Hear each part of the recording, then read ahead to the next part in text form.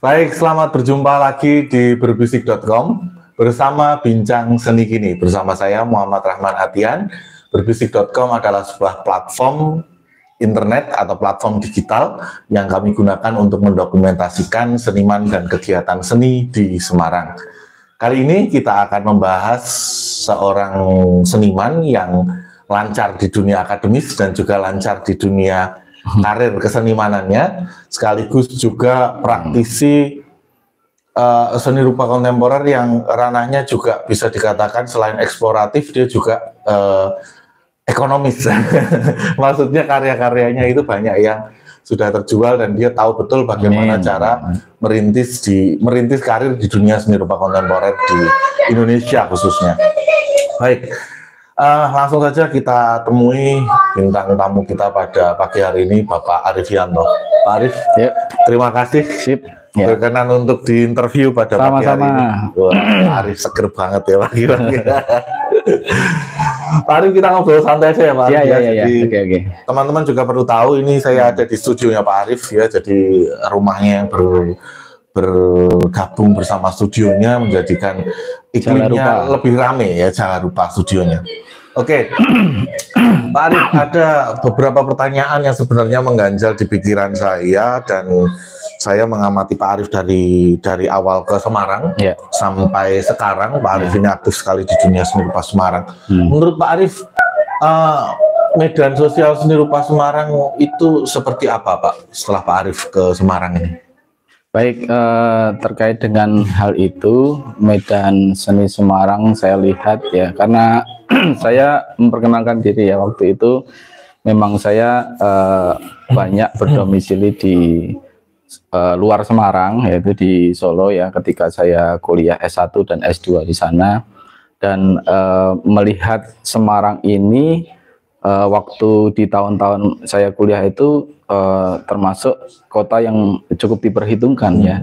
Ada beberapa galeri-galeri yang cukup representatif untuk diselenggarakan pameran yang kalibernya bisa terbaca oleh masyarakat seni ya. Dan dulu waktu saya melihat itu di tahun-tahun mungkin sekitar 2000-an ya, 2000-an itu ada galeri. Sebelum Galeri Semarang itu ada Galeri H2O yang sangat H2 Pak, bukan H2O. Ya. H2 yang waktu itu saya berkesan ketika datang ke sana berkunjung melihat pameran kolaboratif ya untuk teman-teman seniman Semarang dan juga ada kontribusi dari seniman di luar Semarang juga. Dan menurut saya itu menjadi ruang yang menarik ya, sampai saat ini terus berkembang dan menjadi Galeri Semarang yang lebih konsentrasinya pada karya-karya kontemporer. Dan saya rasa perkembangannya sampai saat ini ya, saya melihat itu ya cukup baik lah ya, cukup baik. Di samping itu juga ada beberapa ruang-ruang art space ya, seperti Tan Art Space, lalu kemudian ada Kota Lama yang banyak ruang-ruang yang dimanfaatkan untuk kegiatan pameran khususnya seni rupa, itu menjadi semakin guyup, semakin ramai, dan artinya itu menjadi menyaksikan tumbuh kembangnya teman-teman seniman di Semarang saat ini ya. Dan pandangan saya terhadap yang ditanyakan oleh Pak Redian tadi ya sementara saat ini mungkin belum bisa mengimbangi kota-kota lain yang disebut barometer ya. Tetapi saya pikir saya melihat secara optimis bahwa Kota Semarang ini nanti akan menjadi kota yang dalam tumbuh kembang berkeseniannya akan semakin baik, karena didukung juga oleh praktisi yang sampai sekarang juga mulai bermunculan dan baik di dalam karirnya. Lalu kemudian juga ada akademisi-akademisi yang memiliki calon-calon seniman juga yang nantinya akan ikut meramaikan Kota Semarang ya, tentunya ya, di wilayah kesenian itu. Oke, Pak Arif ini memang tipikal orang yang optimis ya, tidak seperti banyak seniman yang lain, optimis banget. Menyatakan Semarang akan seperti ini, akan seperti ini. Oke, tapi ya optimis itu juga perlu kita bangun ya Pak Arif ya, biar kita bisa membangun kota Semarang ini nanti. Nah, berhubungan dengan tadi yang Pak Arif katakan medan sosial seni dan apa namanya struktur seni, sistem seni dan lain sebagainya. Menurut Pak Arif pasar di Semarang gimana Pak Arif? Pasar di Semarang sejauh ini ya, saya mungkin tidak bisa melihat secara detail ya, tetapi kembali lagi waktu saya datang ke Semarang waktu itu mulai tahun 2018 ya, yang saya akhirnya harus bertinggal di Semarang ya, memutuskan untuk tinggal di Semarang dan kerja juga di sini ya. Artinya sisi lain saya berkesenian melihat kota Semarang ini juga apa ya, ya itu tadi saya selalu optimis gitu ya. Saya optimis bahwa pasar di Semarang ini tentunya nanti akan banyak disupport oleh teman-teman atau calon-calon seniman yang terus bergerak ya, menyelenggarakan pameran, lalu kemudian juga ada ruang-ruang seni juga yang cukup terbuka ya, jadi tidak hanya menggelar pameran itu sekedar apresiatif, tetapi menggiring sebetulnya kalau kita cermat ya, dan dengar-dengar dari banyak orang juga yang berkaitan dengan penjualan karya ya, terutamanya di karya seni lukis itu kolektor di Semarang itu cukup banyak.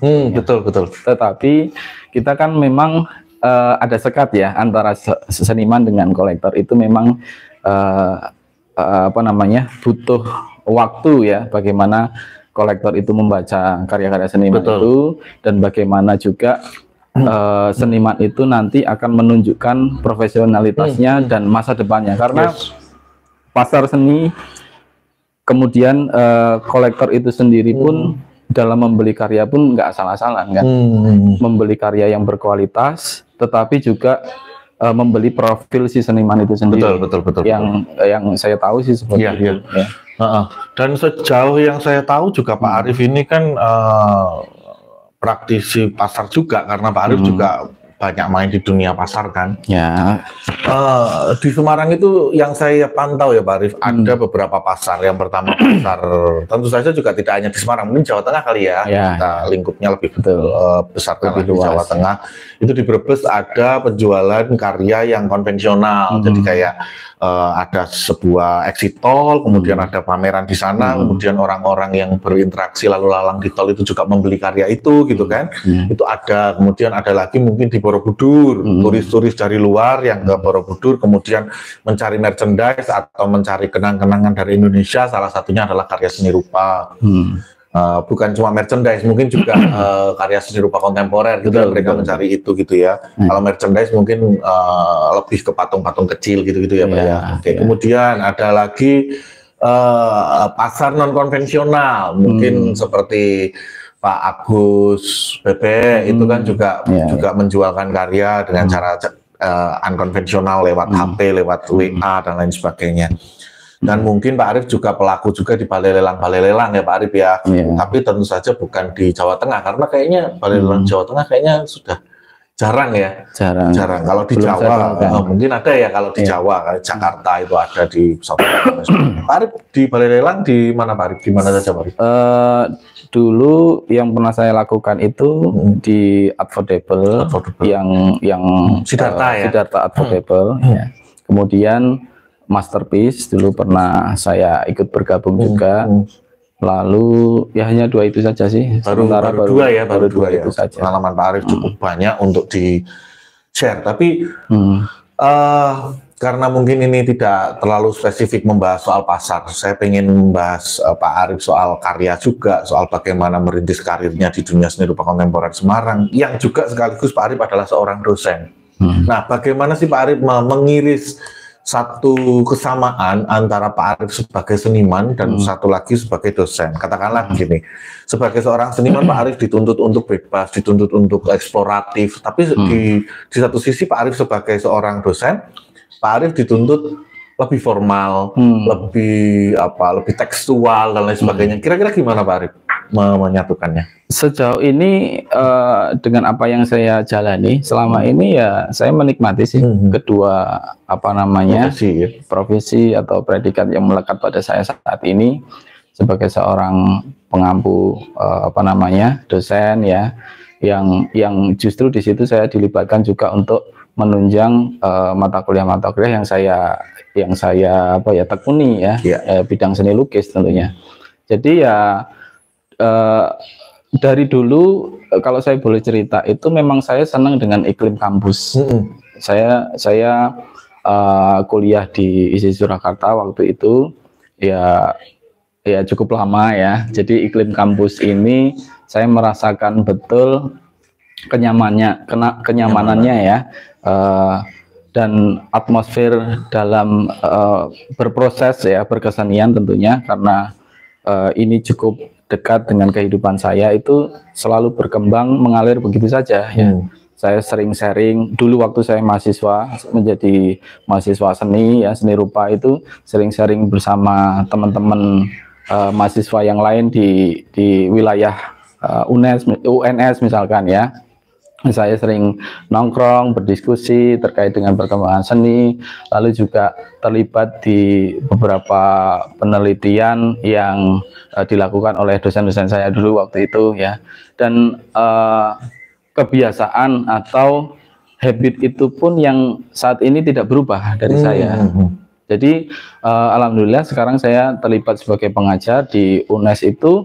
Ya hanya beralih saja, waktu itu saya jadi mahasiswa, sekarang jadi dosen yang selalu kumpul dengan mahasiswa lain. Kemudian mereka juga berproses berkesenian. Tentunya dari iklim yang seperti itu justru berdampak pada diri saya sendiri. Dan proses melukis atau kebetulan saya kan lebih fokus pada karya seni lukis ya. Jadi proses-proses yang saya lakukan, saya bereksplorasi, itu selalu saya sharing ke teman-teman mahasiswa. Jadi saya menganggap bahwa kita itu sebetulnya sama-sama berproses gitu ya, berproses berkesenian. Tetapi hanya startnya aja yang berbeda ya. Mungkin saya lebih awal, dan beberapa yang pernah saya alami itu saya sampaikan. Artinya mahasiswa kan nanti akan melewati A, B, C dan Z ya. Dan di sisi itulah justru kadang-kadang mahasiswa sekarang itu kan lebih jauh inovatif ya. Diuntungkan juga dengan berbagai platform digital ya. Justru itu yang memberikan impact kepada saya untuk mengupgrade segala informasi, segala eksplorasi terkait dengan ide, wacana, dan juga segala apapun ya yang menunjang dalam proses berkesenian kita ya, baik saya sebagai dosen ataupun mahasiswa, itu saling bersinergi lah ya, saling bersinergi, dan itu saya sangat menikmati hal itu. Saya sedikit berpendapat berarti dari apa yang dikatakan Pak Arief itu berarti formalitas dan tekstual itu tidak selalu harus diterapkan secara konvensional. Artinya Pak Arief yang dulu kampusnya itu Pak Arief sebagai mahasiswa juga menerapkan di sini untuk belajar bersama. Jadi nggak terlalu konvensional gitu kan. Artinya Pak Arief ini mengajarkan ke mahasiswa dengan cara yang mungkin lebih mudah diterima oleh mahasiswa, unkonvensional, santai, diskusi gitu-gitu ya. Tipikal Pak Arief lah. Pak Arief memang seperti itu, orangnya humble gitu ya, orangnya baik, humble, sama mahasiswa juga dekat gitu ya. Selanjutnya Pak Arief, berusaha dekat. Gimana Pak? Berusaha dekat. Berusaha dekat. Tapi ya dekat juga kan Pak Arief, berusaha dekat dan dekat. Alhamdulillah.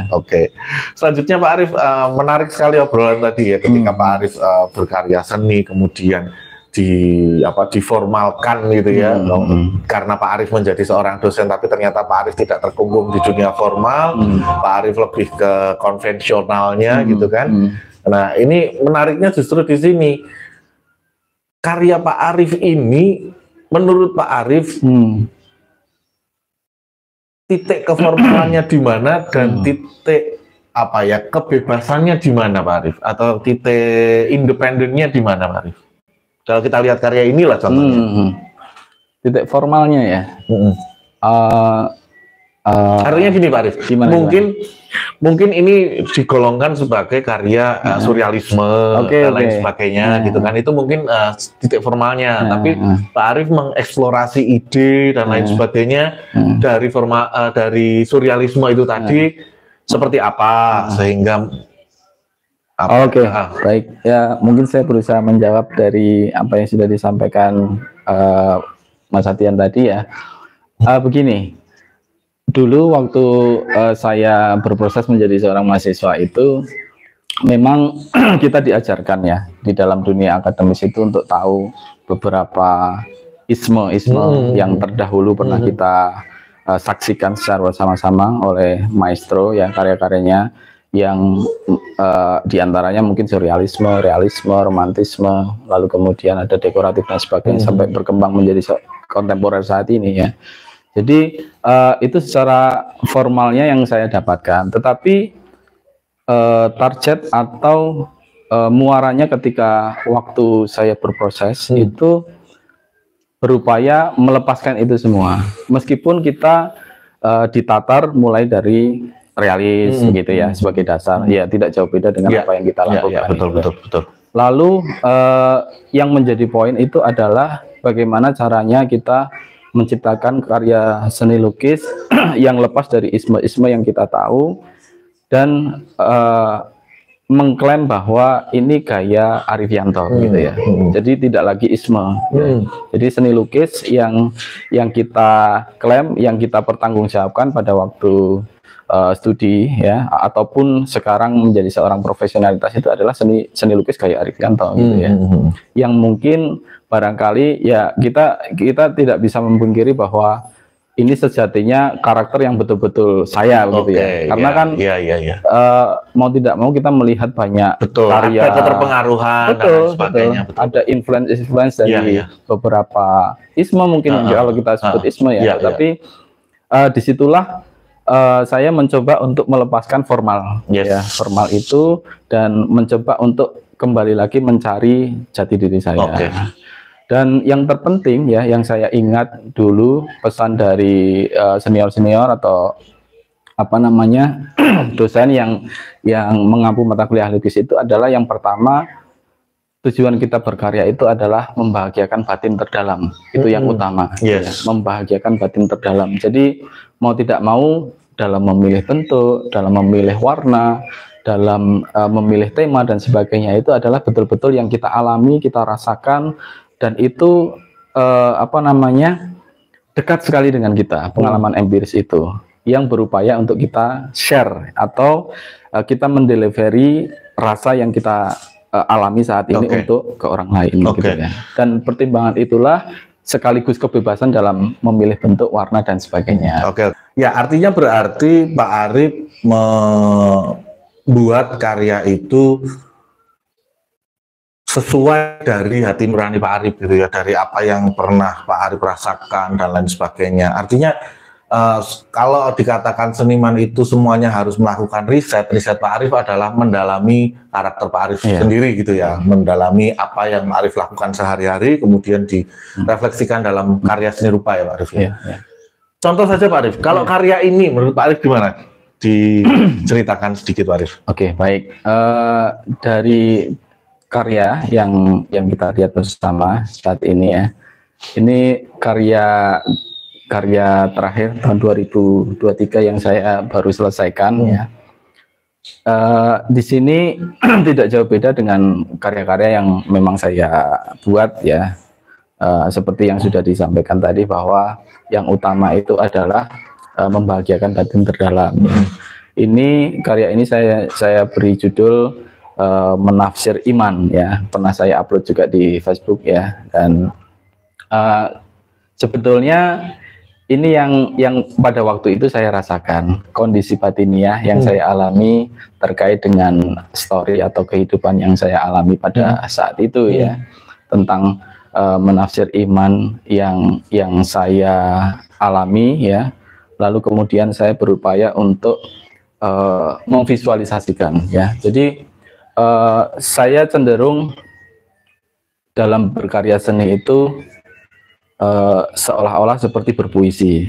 Jadi menghadirkan bentuk, menghadirkan warna, menghadirkan goresan dan sebagainya itu seperti pujangga membuat puisi di dalam kata-kata ya. Tapi karena kita disiplin ilmunya itu adalah rupa ya, saya berupaya untuk menghadirkan diksi-diksi yang indah itu dalam bentuk visual. Betul. Seperti hujan batu.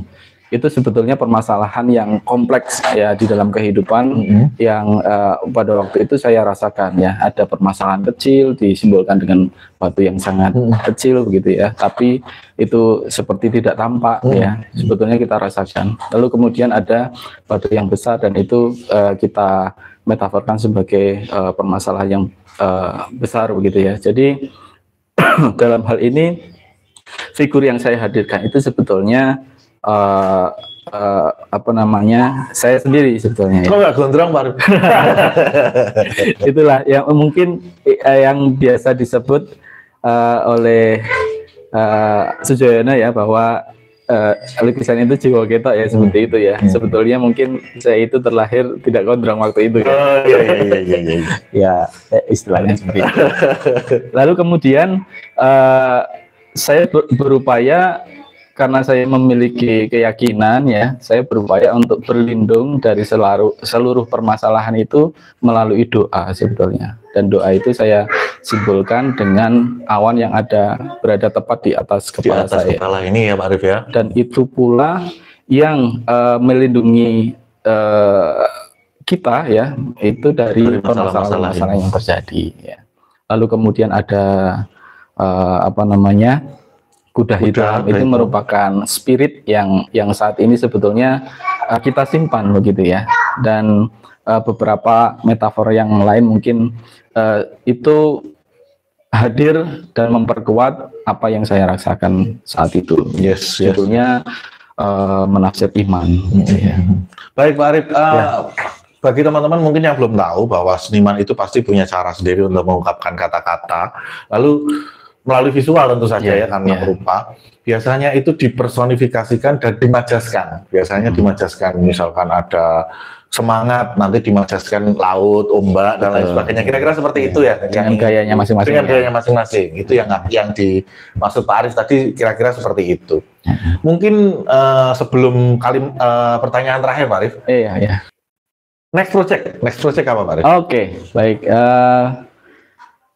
Dalam tahun 2024 ini, alhamdulillah saya ada kolaborasi bersama salah satu galeri yang ada di Jakarta ya. Tahun 2024 saya sudah menjalin kontrak, nanti akan selama 1 tahun, di tahun 2024 itu akan ada 3 titik pameran yang tentunya saya sebagai salah satu dari 12 seniman tersebut yang nantinya akan dipamerkan secara bersama di galeri yang ada di Jakarta.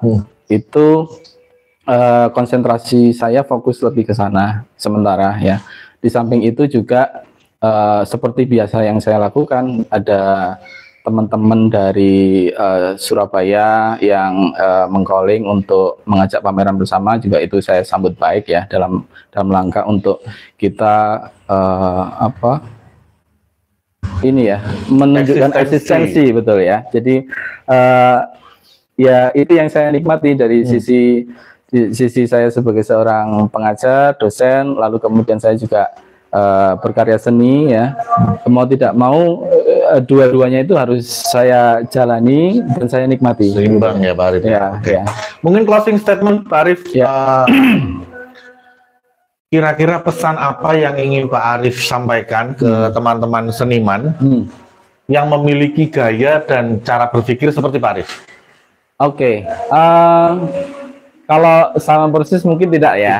Tetapi ya kalau saya boleh memberikan informasi ya terkait dengan apa yang sudah saya jalani selama ini, ya tentunya yang utama itu adalah dalam berkarya seni itu ya harus profesional, betul-betul profesional dalam hal ini. Itu yang tadi saya pernah sampaikan bahwa yang utama itu adalah membahagiakan batin terdalam ya.